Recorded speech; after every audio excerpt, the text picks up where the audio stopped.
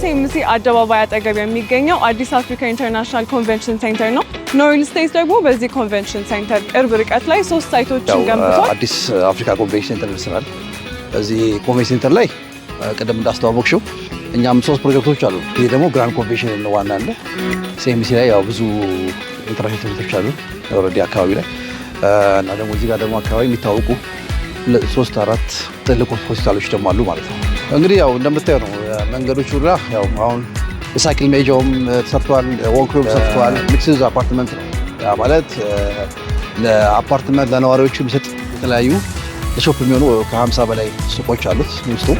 ያ ማለት ወደ 185 አባወራ የያዘ አፓርትመንት ነው።